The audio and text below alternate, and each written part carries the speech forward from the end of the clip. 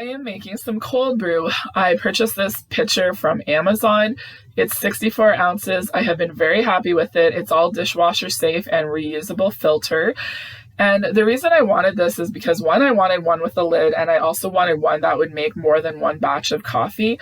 And I did get this at Winners. This Twix coffee has been very enjoyable with my Premier proteins, and I feel like I've perfected it. I use 1 cup of coffee and I just use a filter, and I find that this large Pyrex measuring cup works really well because it's 32 ounces and I just have to fill it up twice for the water.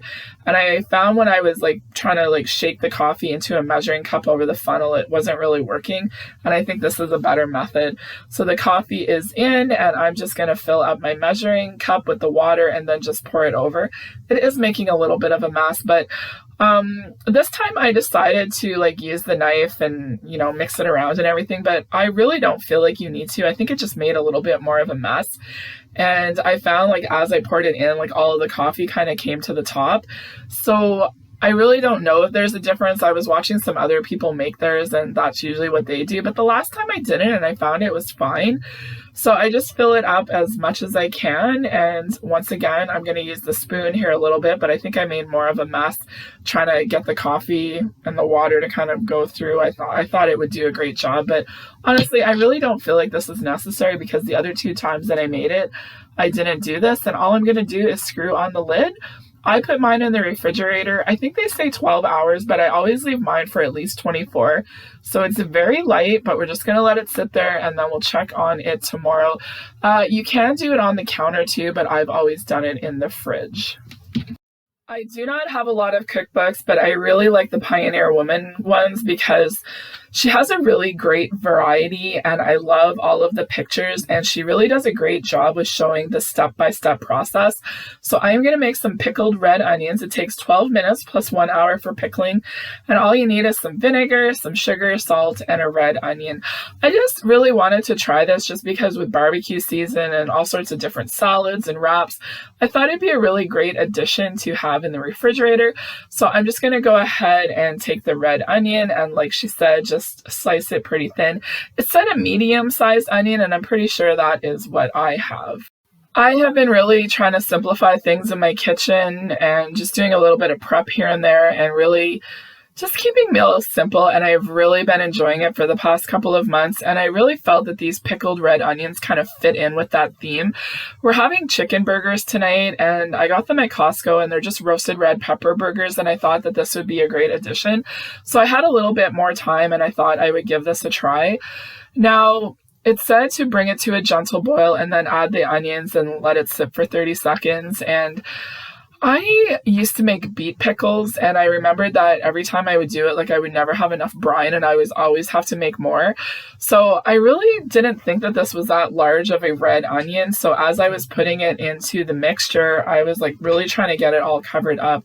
So I just did exactly what the instructions said, and I'm just taking the onions and putting them into my mason jar. And then once again, you just pour the vinegar over it. And then I was just doing a little bit of reading because I decided to make a second batch of the brine, just the same amount of everything. And I think maybe I could have just added water to this to help cover it because I really did feel like the vinegar was very strong. So if you have any suggestions, I would greatly appreciate it. This is the first time I've done it, or if you've made this a lot, I would love any tips. I'm just a novice at this, but I really thought that this would be a great addition to our kitchen, and just the beautiful color of the red onions. And I really felt it would be kind of a nice crunch and just a little pop of color and a big amount of flavor too for some simple dinners that we'll be having this summer.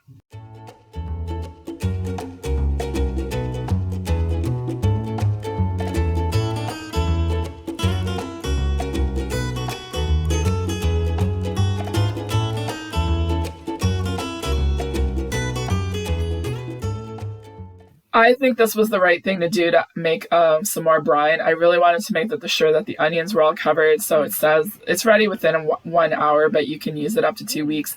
And I think I nailed it. It looks pretty much like the picture, so I'm super excited about it. So we're going to let these cool and then let them sit in the refrigerator. And I'm also going to be making a macaroni salad. I'm just bringing my water to a boil and then going to add this. Just a classic macaroni salad. I usually buy it, and I know that it's not always the greatest thing. So I went to the old church cookbook of recipes, for all recipes, and I found the classic macaroni salad, and I read all of the reviews on it and things that people changed, and I really felt like this was something I could recreate. And I went ahead and made the full batch of 4 cups of uncooked macaroni. I have some celery, and then I'm also just going to clean up some peppers that I have in my refrigerator, a large green one, then also some half of the colored ones.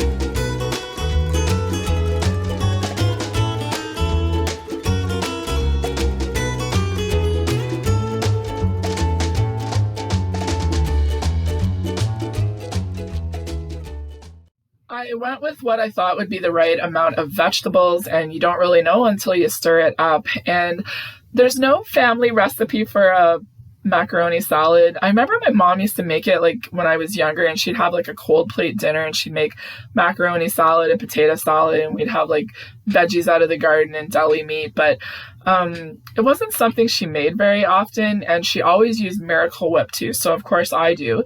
And the recipe said mayonnaise with sugar and vinegar, and all of the reviews said it was just too sweet.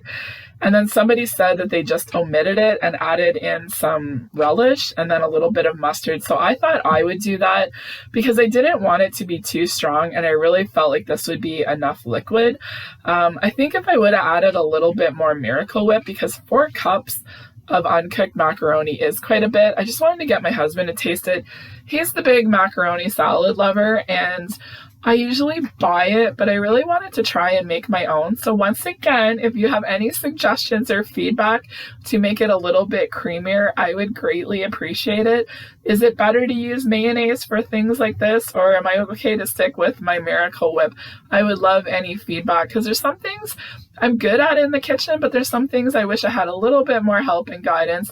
And if you can help me, I would greatly appreciate it. So it looked really good. It looked nice and creamy. But I don't know, it felt like it was missing something, but I always buy it too, so I know that it's always extra creamy, but it seemed okay. I was very happy with it, but I wasn't keeping it in this great big large bowl. So I have a couple of smaller Pyrex ones with the lids. I got them at Costco. I really like them. And this is one of those things that I'm prepping again to have for a couple of dinners, and then also be able to use it for lunch throughout the week. But I think going back, I would have this recipe. This was just a little bit too much, but I don't know, I thought it would be okay, but we'll wait and see how it turns out. So I'm just going to get the lids on everything and the pickles and get everything in the refrigerator, let it sit for a couple of hours. And then dinner was just simple. It was just these roasted red pepper chicken burgers that I got at Costco. I put some pepper on here. And this is that famous cluck and dippin' sauce. I think I saw somebody on social media say that this tastes like Chick-fil-A. I don't know. I've never had it. So I just put some on the top and the bottom. And there is the onions with lettuce and the red pickled onions. And it was delicious and a really easy dinner. Next day, I just got a few things at the grocery store. I got some grapes. So I just let them sit in some vinegar and water for a little bit. And I always find grapes are extra dirty. And I just find like letting them sit in the water for about a good half hour kind of gets a little bit of that buildup off them. I don't know. They just seem a lot nicer. I just rinse them with some water and they don't taste like vinegar. I just clean them all off.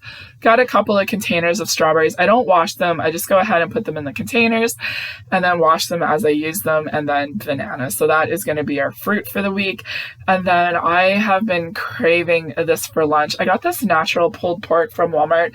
It was $11.47, and then I also have some coleslaw mix, and then I did get the G. Hughes coleslaw dressing. I'm trying, less sugar and different types of things. And I love these keto wraps. They're kind of my staple right now. So I'm going to go ahead and give this a try because it is the weekend and I just thought this would be a quick, easy lunch for us. So I was kind of surprised when I took it out of the package, but it's all like, decent ingredients, like the citrus extract, yeast extract, like no funny names and everything, but I don't know. I just thought it looked really great because pulled pork is one of those things. My husband doesn't love it and I don't want to make a great big batch. And since it was the weekend, I just thought this would be a really nice, quick, easy lunch and it would still be better than just grabbing something takeout. So there's different ways that you can do it and I'm just going to go ahead and do it on the stovetop. I have purchased it from Costco, but I find like it's like 3 great big batches of it, but it is really good. So I'm going to go ahead and make the coleslaw just for myself. I just took a little bit of it and then I'm doing 2 tablespoons of the dressing and then I'm just going to go ahead and mix this up and let it sit. And there was just something about having like that crispy coleslaw with the warm pulled pork on a tortilla sounded really good. And I think that's one of the things I'm trying to do is, yes, I'm using stuff that's a little bit more prepared right now just because I'm figuring out a lot of different ways of eating. And this was really quick and easy and the pork just looked different. It smelled really good. It looked like real meat. So that's all I did was I just put the coleslaw and then I put the pulled pork on top with some water and it was a really delicious lunch. I was looking forward to it. And my husband actually said that it was really good and he's not a big pulled pork lover. So I don't know if I would pick this up again. It was a little bit pricey, but it was something that I was definitely happy to have in the refrigerator. And this really hit the spot and kept me pretty satisfied. For lunch, I didn't need anything else other than my big jug of water to go with it. I have some new containers to share with you. I did get these at Walmart. I've had them for a little bit because I wanted to try them out before I kind of shared them with you, but it says made from 30% recycled coffee beans. I think these were 7 something at Walmart, but I really like the shape of the containers because you can put the little dip and then you can put like your whatever you want to put in, carrots or cucumbers, veggies, and I just thought they were great. We've been using them for a while. They wash great in the dishwasher. I'm very happy with them. And I think it was just the size and just the convenience of it, like just kind of prepping, like, when you're feeling snacky or you have something for lunch, you just want something on the side. The only thing is I did find they were a little bit pricey for only 3 containers. I really wish like 4 would have been perfect, but I'm just taking some English cucumbers. I find lately I've been really having to watch the cucumbers. I find the ends are very, very soft.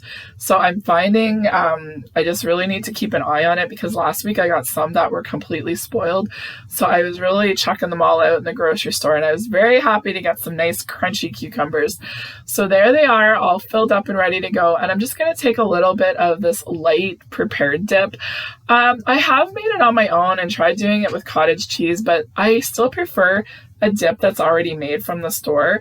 I find it holds up a little bit better. There you can see Linus, he's getting a cucumber. So anyways, I'm just going to put the lid on these and this is really the only prep I'm going to do because I have the pickled onions. I have the whole bunch of pasta salad, the fruit and everything's ready to go. So now it's a little bit later in the afternoon and I'm going to get my coffee. I'm going to make a protein coffee. I do find that on the weekends, I have my protein coffee in the afternoon because I find on the weekends I'm looking to snack a little bit more and I find that this really helps me. So all I'm going to do is lift out the filter and just let it drain a little bit. And I just wanted to share with you, like, it's really easy to clean out. I just kind of dump it and I'm just putting it in paper towel and then we just put it in the compost and then I just rinse it out and then I just put it in the dishwasher.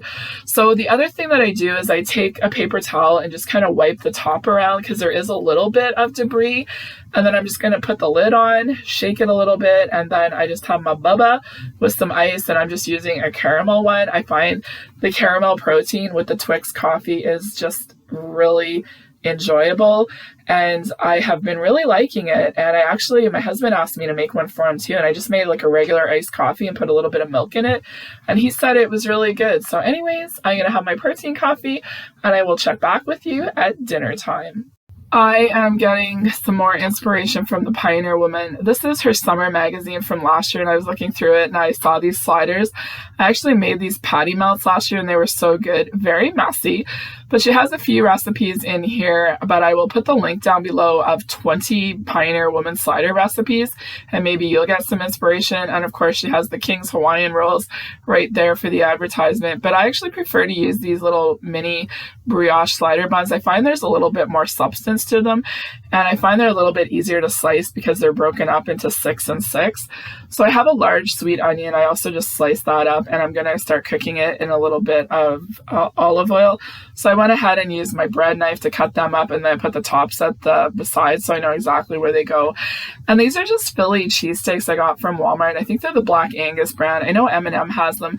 And I did a quick search on walmart.com. I think you have like a great value brand. So I'll link everything down below just so you can kind of see what I am using. And I also got some light Swiss cheese because I remembered making the patty melts. They were very, very messy, and I think I didn't let them sit long enough and they were just all over the place. So I think the cheese will really help kind of keep everything together by putting some at the bottom and at the top. So I'm just cooking up the onions a little bit. I'm going to add a little bit of Montreal steak seasoning to it too. I just find it gives a lot of flavor, and it's just something I use quite often. And I'm actually getting to the end of this large container that I got at Costco.